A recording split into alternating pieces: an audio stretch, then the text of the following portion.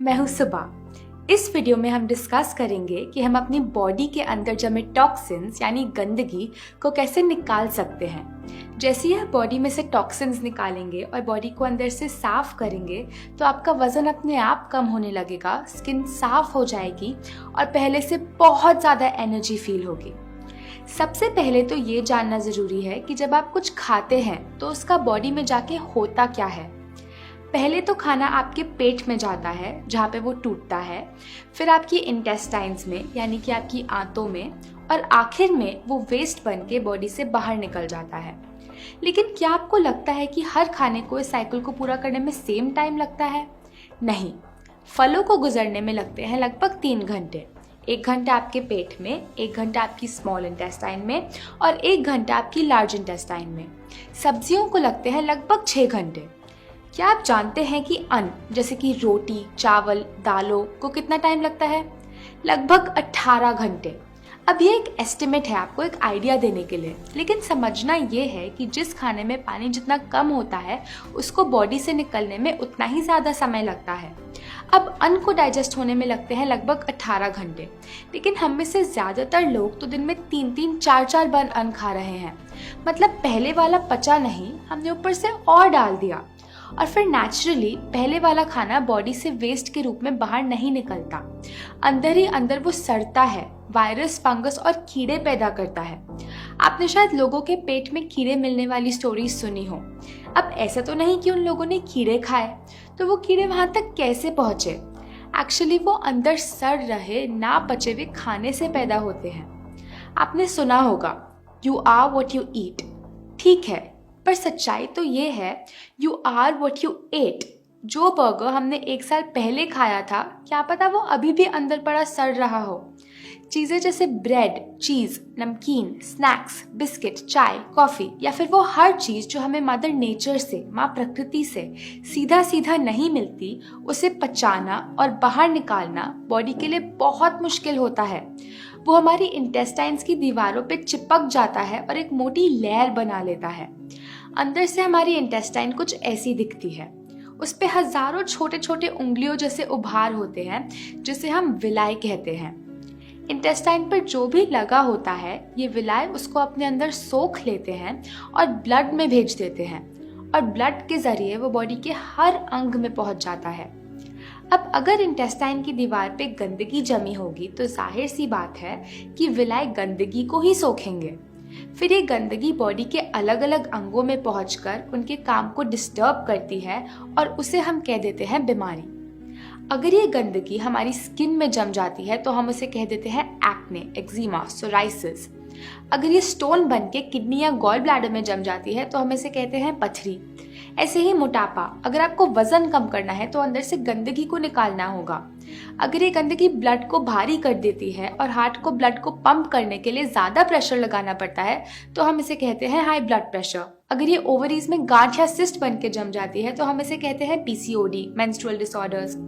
अगर ये इंटेस्टाइन्स में जम जाती है तो हम इसे कह देते हैं कब्ज, और कब्ज सभी बीमारियों की जड़ है। अगर ये हमारे एयरवेज में जम जाती है तो हम इसे कहते हैं एस्थमा। अगर हमारी आर्टरी में जम जाती है तो हम इसे कह देते हैं कोलेस्ट्रॉल। आज ये शायद एक छोटी सी बीमारी बन के बैठी हो, लेकिन अगर हमने इसको साफ नहीं किया तो कल को ये बहुत डेंजरस बीमारी बन के बाहर आ सकती है, जैसे ट्यूमर या फिर कैंसर सेल। तो जब आप इस गंदगी को बाहर निकालेंगे तो सारी बीमारियां अपने आप ठीक हो जाएंगी, क्योंकि जो बॉडी अंदर से साफ है उसमें कोई बीमारी हो ही नहीं सकती। हमारी ये ह्यूमन बॉडी माँ प्रकृति की एक बहुत कीमती गिफ्ट है। थोड़े दिनों बाद हम इसे माँ प्रकृति को वापस लौटा देंगे।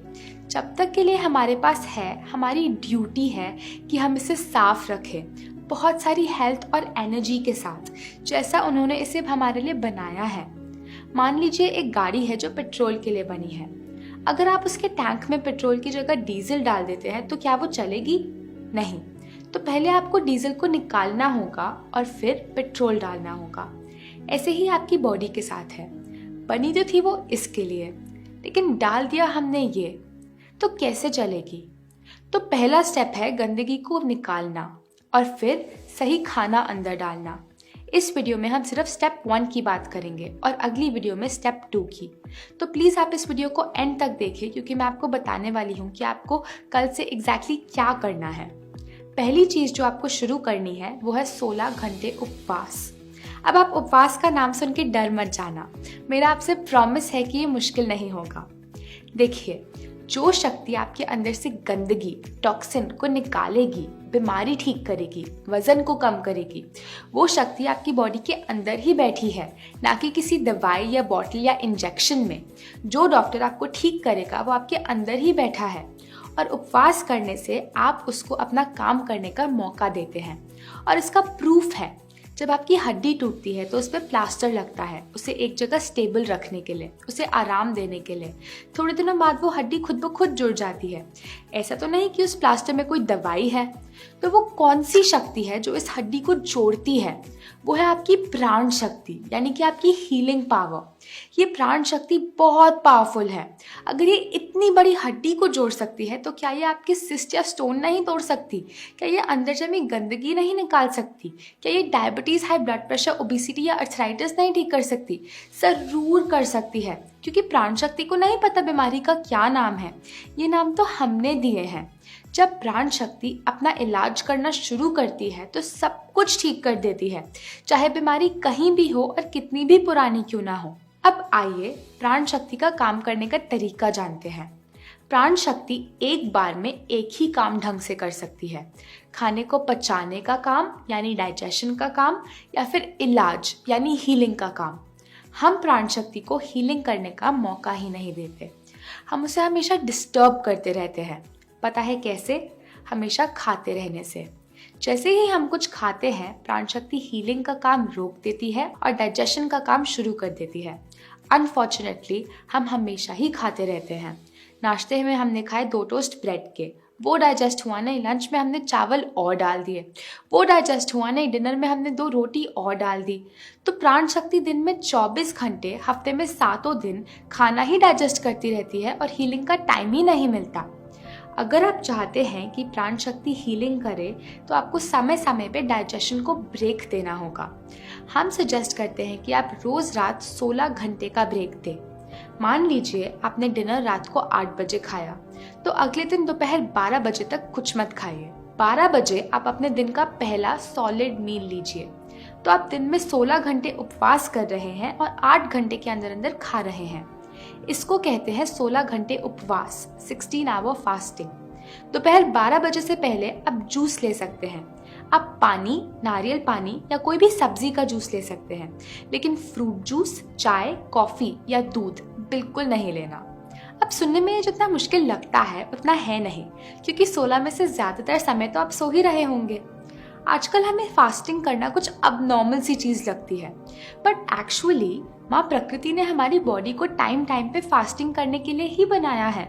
हमारे पूर्वजों के पास सुपरमार्केट, रेफ्रिजरेटर या पूरे साल खाना नहीं अवेलेबल होता था। कभी कभी उन्हें खाने को कुछ भी नहीं मिलता था और वो बिना खाए रहते थे, क्योंकि हमारी बॉडी समय समय पे फास्टिंग के लिए अडेप्टेड है। अब नॉर्मल तो ये है कि हम दिन में हर वक्त खाते ही रहते हैं। आपको दिन में कौन से 16 घंटे उपवास करना है वो आपकी मर्जी। हो सकता है कि दोपहर 12 बजे तक कुछ ना खाना आपके लिए ज़रा मुश्किल हो, लेकिन आपको दिन का आखिरी भोजन शाम 6 बजे खाने में कोई प्रॉब्लम ना हो। ऐसे में आप शाम 6 बजे से लेकर अगले दिन सुबह 10 बजे तक उपवास करें। अगर आप जॉब करते हैं और आप डिनर रात को 9 बजे लेते हैं, तो कम से कम इतना तो कीजिए कि अगले दिन दोपहर 1 बजे तक कुछ सॉलिड मत खाइए। ऐसे रोज 16 घंटे उपवास के थ्रू प्राण शक्ति को थोड़ी हीलिंग का टाइम रोज मिल जाता है। अगर आपको 16 घंटे बहुत ज़्यादा लगते हैं तो कोई बात नहीं, आप 14 घंटे उपवास से शुरुआत कीजिए। धीरे धीरे उसको 16 तक लेके जाइए, कोई बात नहीं। 12 घंटे उपवास तो शायद आप अभी भी कर रहे होंगे। मान लीजिए आपने डिनर रात को 8 बजे खाया और अगला भोजन अगले दिन दोपहर 12 बजे। आपका डिनर अगर हल्का है तो करीब 6 घंटे में डाइजेस्ट हो जाएगा। तो रात 8 बजे से लेकर सुबह 2 बजे तक आपके डाइजेशन आवर्स चल रहे हैं, यानी पचाने के घंटे। जैसे ही खाना डाइजेस्ट हो जाता है, प्राण शक्ति क्या शुरू कर देती है? हीलिंग। तो अगले 10 घंटे आपके हीलिंग आवर्स होंगे, यानी इलाज के घंटे। इस दौरान आपकी प्राण शक्ति टिश्यूज को रिपेयर करती है, स्किन से पुराने दाग धब्बों को दूर करती है, डेड सेल्स को बदलती है, स्टोन्स यानी पत्थरी को निकालती है, फैट को घटाती है, सिस्ट्स फाइब्रॉइड्स को तोड़कर हार्मोन्स को रेगुलराइज करती है, इंटेस्टाइन्स में जमी गंदगी को हटाती है, एयरवेज में से म्यूकस को साफ करती है, आर्टरीज में से कोलेस्ट्रॉल को निकालती है। उपवास के दौरान आपकी प्राण शक्ति हर अंग की गहराई में जाकर वहाँ पड़े टॉक्सिन्स या गंदगी को उठाकर स्टूल, यूरिन, स्वेट और ब्रेथ के थ्रू बाहर फेंकती है। एक बात का ध्यान रखिएगा, आपका शाम का डिनर हल्का होना चाहिए। हम सजेस्ट करते हैं कि आप रात को सिर्फ सैलेड या सूप खाएं। अगर आप कुछ भारी खा लेते हैं जैसे कि चपाती, चावल या दाल, तो उसको डाइजेस्ट होने के लिए ज़्यादा टाइम लगेगा और प्राण शक्ति को हीलिंग आवर्स नहीं मिलेंगे। हम आपको ये डाइट प्लान सजेस्ट करते हैं। सुबह उठने के थोड़ी देर बाद जूस लीजिए, जैसे कि नारियल पानी या सबसे अच्छा सफ़ेद पेठे का जूस। ये नहीं अवेलेबल हो तो किसी भी सब्जी का जूस पी लें। फिर 2 घंटे बाद नाश्ते में एक बड़ी प्लेट मौसम के कोई भी फल लीजिए। फिर लंच में आप अन्न ले सकते हैं, जिसमें आप सात्विक सब्जी और सात्विक रोटी ले सकते हैं, जैसा कि हमने आपको अपने चैनल पे दूसरी वीडियोस में दिखाया है। ध्यान रखें, अन्न कम से कम लेना है और सब्जी ज़्यादा। फिर डिनर में आप सूप या सैलेड ले लीजिए। बीच में भूख लगे तो नारियल पानी या कच्चे नारियल की गिरी लें। इस लाइफस्टाइल को आसान बनाने के लिए मैंने आपके लिए कुछ बहुत टेस्टी सात्विक रेसिपीज डिज़ाइन करी हैं, जिसमें से कुछ हमारे यूट्यूब चैनल पे है, लेकिन सारी रेसिपीज़ के लिए आप हमारी रेसिपी बुक को ऑर्डर कर सकते हैं, जिसका लिंक इस यूट्यूब वीडियो के डिस्क्रिप्शन में दिया है। अच्छा, एक बात का ध्यान रखना, कभी ओवर ईटिंग नहीं करना। Too much of a good thing is not that good. ये नहीं सोचना अरे मैं तो इतना हेल्दी खा रहा हूँ तो कितना भी खा सकता हूँ। टेबल पे उठने से पहले पेट में थोड़ी जगह हमेशा खाली छोड़ना। आपकी बीमारी कितनी जल्दी ठीक होती है ये इस पे डिपेंड करता है कि आप बॉडी को कितने हीलिंग आवर्स देते हो। अगर आप रोज़ 16 घंटे उपवास कर रहे हैं तो एक हफ्ते में आपने दे दिए 112 हीलिंग आवर्स, एक महीने में आपने दे दिए करीब 450 हीलिंग आवर्स, 3 महीने में 1500 हीलिंग आवर्स, और 1500 हीलिंग आवर्स में सभी बीमारियां diabetes, cholesterol, PCOD, thyroid, high blood pressure जड़ से ठीक हो सकती हैं। अगर आपकी एज कम है तो आपको इससे भी ज़्यादा कम समय लगेगा, क्योंकि बच्चों में प्राण शक्ति और भी ज़्यादा होती है। बस डाइट को फॉलो करना मत भूलिएगा, वो उतनी ही ज़रूरी है जितनी कि फास्टिंग। अभी उपवास पर एक डॉक्यूमेंट्री भी बनाई गई थी, आइए उसका एक छोटा सा पार्ट देखते हैं। हम यहाँ ऐसा कर रहे हैं कि हर तरह की टाइप 2 डायबिटीज और उससे होने वाली दिक्कतों को दूर कर रहे हैं उपवास से। ये कैलोरीज कम करने से बहुत अलग है। उपवास 6 गुना बेहतर है इस खतरनाक चर्बी से मुक्ति पाने के लिए। सबसे पहला जो मुझे फर्क दिखा वो है वजन का कम होना। मैंने 7 दिनों में 9 किलो वजन कम किया है। मैंने 18 किलो वजन कम किया और वापस कभी नहीं बढ़ा। मैंने करीब 40 किलो वजन कम किया है और अभी भी कर रही हूँ। असल में पहले से ज्यादा कसरत कर सकते हैं। मैं हमेशा खाली पेट कसरत करता हूँ उपवास के दौरान।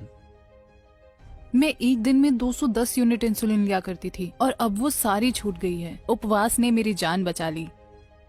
ये दवाई से भी अच्छा है। मैं हाई ब्लड प्रेशर और कोलेस्ट्रॉल कम करने की दवा ले रही थी और वो 2 हफ्ते बाद आई और उसका ब्लड प्रेशर नॉर्मल था, और अब मैं कोई दवा नहीं ले रही हूँ। उपवास उतना ही प्रभावकारी है जितनी की कीमोथेरेपी। मेरी गांठ लगातार कम होती रही और अब बिल्कुल खत्म हो गई।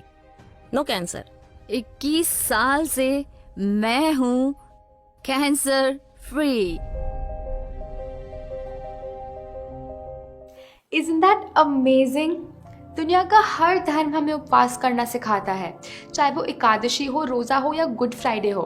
मैंने इंडिया के कुछ गहरे वेदों को स्टडी किया है, जैसे आयुर्वेदा, नेचुरोपैथी, योगा, और सभी इस एक सिद्धांत का पालन करने को बोलते हैं। जब आपको दोपहर तक खाने के बारे में नहीं सोचना पड़ता तो आप पहले से ज़्यादा प्रोडक्टिव होते हैं। आप दिन में पहले से ज़्यादा काम निकाल पाते हैं, क्योंकि आपको हर समय खाने के बारे में नहीं सोचना पड़ता। Okay, let's move on. Please आप इस वीडियो को एंड तक देखें क्योंकि मैं आपको डिटॉक्स करने के 2 और इम्पॉर्टेंट तरीके बताने वाली हूँ जो मैंने अपने गुरुओं से सीखे। और इस वीडियो को अपने सारे फ्रेंड्स और फैमिली के साथ शेयर करें ताकि माँ प्रकृति की ये नॉलेज इंडिया के हर घर तक पहुँचे और सभी बिना दवाइयों के ठीक हो सकें। इस चैनल को ज़रूर सब्सक्राइब करें और नीचे दिए गए बेल बटन को दबाएं ताकि आपको हमारी नेक्स्ट वीडियो का अपडेट मिलता रहे। दूसरी चीज़ जो आपको शुरू करनी है वो है एनिमा। सिर्फ क्योंकि हम रोज़ बाथरूम जा रहे हैं तो ज़रूरी नहीं कि हमारी इंटेस्टाइन साफ हैं। मान लीजिए आप 30 साल के हैं। क्या आपने कभी 30 साल पुराने घर के प्लम्बिंग पाइप्स देखे हैं? उसमें से रोज पानी और गंदगी जरूर गुजर रही है, लेकिन 30 सालों के बाद उसकी दीवार पे इतनी गंदगी इकट्ठा हो जाती है कि किसी भी चीज का गुजरना मुश्किल हो जाता है। ऐसा ही कुछ हमारे साथ है और हर रोज हमारी इंटेस्टाइन में और ज्यादा गंदगी जमा हो रही है। हमें कुछ ऐसा चाहिए जो इस गंदगी की हार्ड लेयर को सीधा मेल्ट कर सके। ये वैसे ही है जैसे हमारे बर्तनों के नीचे चिपक जाती है। हम इसे कैसे निकालते हैं? पानी में भिगोकर। उचित समय दिया जाए तो पानी लगभग हर चीज को घोल सकता है। तो अब हम अपनी इंटेस्टाइन्स में पानी कैसे लें? एनेमा के थ्रू। ऐसा एनेमा लें जो कुछ ऐसा दिखता है। कुछ केमिस्ट इसको अपने पास रखते हैं, वरना आप इसे ऑनलाइन भी खरीद सकते हैं और ये काफी सस्ता होता है। इसको 2-3 बार पानी से धो ले और फिर एनेमा पॉट में 200 से 300 ml साफ पानी भर लीजिए। इसको लेने की बेस्ट जगह है आपका बाथरूम। पाइप की टिप पे थोड़ा नारियल का तेल लगा लीजिए। फिर इसको किसी ऊंचे शेल्फ पर रख लें। आपकी कमर से ऊंचा होना चाहिए। जमीन पे कोई मैट बिछा लीजिए और फिर घुटनों के बल उल्टा लेट जाइए और पाइप को सिर्फ 2 इंच रेक्टम के अंदर डाल लें। एक हाथ से पाइप को पकड़े रखें ताकि वो बाहर ना गिरे। जल्दी ही पानी एनेमा पॉट से खाली होकर आपकी इंटेस्टाइन्स में भर जाएगा। फिर पाइप को बाहर निकाल ले और पानी को करीब 10 मिनट तक अंदर होल्ड करके रखिए। बीच में थोड़ा वॉक कर लें। अपने पेट की मसाज करते रहिए ताकि गंदगी अंदर अपनी जगह छोड़ने लगे। जब आपको बाथरूम जाने का प्रेशर हो तो बाथरूम जाइए और आप देखकर सरप्राइज हो जाएंगे कि अंदर कितनी गंदगी, कितने टॉक्सिन्स जमे पड़े थे। ये बिल्कुल सेफ है। अनसेफ तो ये है कि हम वो सारे टॉक्सिन्स को अपने अंदर सारा दिन लेके घूमते रहते हैं। जब मुझे इसके बारे में पहले पता लगा तो मैंने अपने गुरु से कहा, मैं आपकी हर बात मान लूंगी लेकिन मैं एनेमा कभी नहीं करूंगी। लेकिन मेरा विश्वास कीजिए, सिर्फ एक बार इसको लेने के बाद ये बिल्कुल नॉर्मल लगने लगा। जब हम दांत ब्रश करते हैं तो हम ये नहीं सोचते, छी मैं नहीं दांत ब्रश करूंगी क्योंकि वो कितने गंदे हैं। तो हम अपनी इंटेस्टाइन्स के बारे में ऐसा क्यों बोलें? सबसे अच्छा तो है कि आप एनेमा खाली पेट लें, सुबह पेट साफ होने के बाद। अगर सुबह नहीं ले पाते तो दिन में कभी भी ले लीजिए। बस आपके खाने और एनेमा के बीच में 2 से 3 घंटे का गैप रखिए। अगर आप ये लाइफस्टाइल अभी फॉलो करना शुरू कर रहे हैं तो इसे 3 हफ्तों तक रोज 1 बार लीजिए। 3 हफ्तों के बाद रोज नहीं लेना, सिर्फ हफ्ते में 1 बार या जरूरत पड़ने पर लेना है। चिंता ना करें, इसकी आदत नहीं पड़ेगी। अगर आपको कोल्ड, कफ, बुखार, वॉमिटिंग, पेट दर्द या कोई भी ऐसी छोटी बीमारी आती है, इसको दिन में 2 से 3 बार लीजिए। डिटॉक्स का तीसरा तरीका, ठंडी पट्टी यानी वेट पैक। कभी कभी ये गंदगी हमारे ब्लड में जम जाती है और उसको सर्कुलेट करने का बेस्ट तरीका है ठंडी पट्टी। एक वाइट कॉटन का कपड़ा लीजिए, करीब 1 मीटर चौड़ा और 2.5 मीटर लंबा। इसको लंबी पट्टी में फोल्ड कर लें, करीब 10 इंच चौड़ी। फिर इसको ठंडे पानी में भिगोकर निचोड़ लें। पानी उतना ही ठंडा होना चाहिए जितना आप आसानी से सहन कर सकते हैं। पट्टी को पेट के चारों ओर ऐसे लपेट लें और फिर टक कर लें ताकि वो गिरे ना। आपकी नाभि पट्टी के बीच में रहनी चाहिए।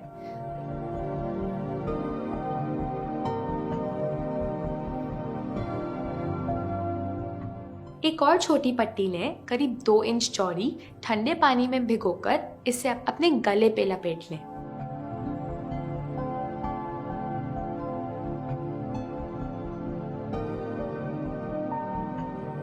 एक और छोटी पट्टी लें, ठंडे पानी में भिगोकर अपने माथे पे लपेट लें। आप ये कपड़ा कहीं से भी खरीदकर टेलर से सिलवा सकते हैं, लेकिन इस प्रोसेस को आपके लिए इजी करने के लिए हमने एक डिटॉक्स किट बना के रखी है जिसमें एक रेडीमेड पट्टी और एनेमा है। आप इस किट को नीचे दिए गए लिंक से ऑर्डर कर सकते हैं। आप पट्टी के ऊपर अपने कपड़े पहनकर अपना कोई भी दूसरा काम कर सकते हैं। आपको इसे लगाकर एक जगह बैठने की ज़रूरत नहीं है। इसको करीब 30 से 40 मिनट तक लगा के रखें। इसको आप दिन में कभी भी लगा सकते हैं, खाने के बाद भी और खाने से पहले भी। बस जब ये लगी हो उस टाइम पर कुछ नहीं खाना या पीना। गर्मियों में आप रोज़ इसको 2 बार करो, एक बार सुबह और एक बार शाम। 2 नहीं तो कम से कम 1 बार तो करिए। सर्दियों में इसको छोड़ दें। जिन पार्ट्स पर पट्टी लगी है वो हिस्से ठंडे हो जाते हैं और बाकी बॉडी गर्म। जब एक समय पे बॉडी में 2 टेम्परेचर मेंटेन होते हैं तो ब्लड सर्कुलेशन बढ़ जाता है। ब्लड के साथ साथ गंदगी भी अपनी जगह छोड़ने लगती है। खाना डाइजेस्ट करने के लिए ये बहुत अच्छी है। जिनका पेट निकला है उनका पेट कम हो जाता है इसको लगाकर। जिनको इंडाइजेशन, अल्सर, IBS, एसिडिटी है, उनका वो सभी कुछ ठीक हो जाता है। कोई भी बीमारी क्यों ना हो, पट्टी को तीनों जगह लगाइए क्योंकि तीनों जुड़े हैं। सर दर्द या माइग्रेन हो तो इसको इमिडिएटली लगाएं और आपको इंस्टेंट रिलीफ मिलेगा। देखने में ये एक मामूली सी चीज़ लगती है। आप शायद सोचेंगे, अरे इससे कैसे डिटॉक्स होगा, लेकिन एक्चुअली पट्टी एक बहुत मैजिकल चीज़ है। तो आई होप अब आपको पता है कि अंदर से टॉक्सिन्स बाहर कैसे निकालने हैं। आई सजेस्ट आप तीनों चीज़ें साथ करें, तभी आपको मैक्सिमम बेनिफिट मिलेगा। इस वीडियो को अपने सारे फ्रेंड्स और फैमिली के साथ ज़रूर शेयर करें ताकि वो सभी दवाइयाँ छोड़कर मदर नेचर के पास वापस आ सके। अगली वीडियो में हम फूड प्रिंसिपल्स और डाइट प्लान को डिटेल में डिस्कस करेंगे। So goodbye for now और हम जल्दी मिलते हैं।